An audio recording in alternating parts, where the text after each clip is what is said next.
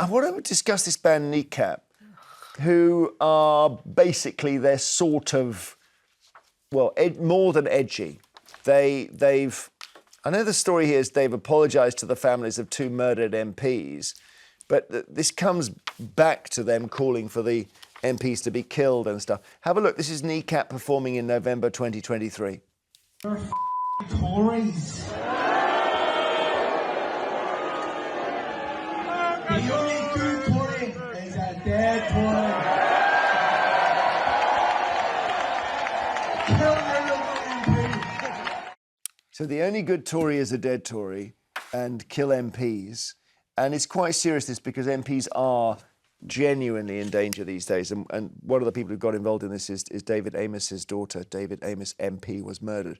Kneecap released a statement on Twitter apologising to the families of David Amess and Joe Cox, who was shot, of course, saying, "We never intended to cause you hurt. Kneecap's message has always been and remains one of love, inclusion and hope.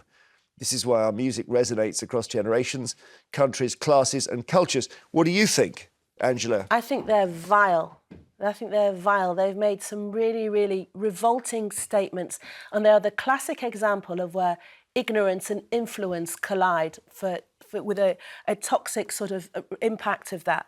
Calling for to kill your local MP is not legitimate political protest. It's not even being edgy. It's incitement to hatred, because you've got a crowd there of baying, adoring viewers who are hanging on your every word. Their performance at Coachella was so disgusting. Now, that got into the Middle East, didn't it? Yeah, that got into the Middle East. Again, it wasn't legitimate political... They were shouting, what, support Hamas or something? Yeah, well, there's video that's surfaced about up Hamas, up Hezbollah.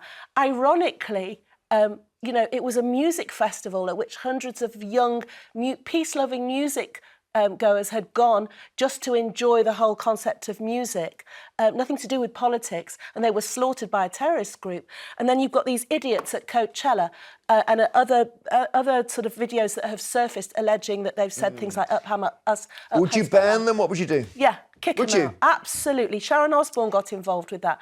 You know something... But hang on a minute. This thing about banning... We know about this, Nina. Banning music. Look at Relax by Frankie Look exactly. at God Save the Queen by the Sex Pistols. Exactly. You ban it, it goes to number 1. They think that they are being the modern punks, I think. Yeah. But because of the historical disaster of politics in Ireland and current disaster in the Middle East, that amplifies things. But they've been booked for Glastonbury this year, by the way. Yeah, that's the worry. What do you think of this, Limal? I think ban them? I think what they're going to learn is this new term called cancel culture, because actions have consequences and so do words. And if you're a bit drunk and you feel like being trendy and saying something slightly outrageous, these days it's going to come back and bite you very hard. Yeah. Do you remember that case where I think Jack Black has a band, the movie star, and they were on tour just after the attempt to assassinate Trump? And he said to his guitarist or one of the other band members, "What do you want for your birthday?"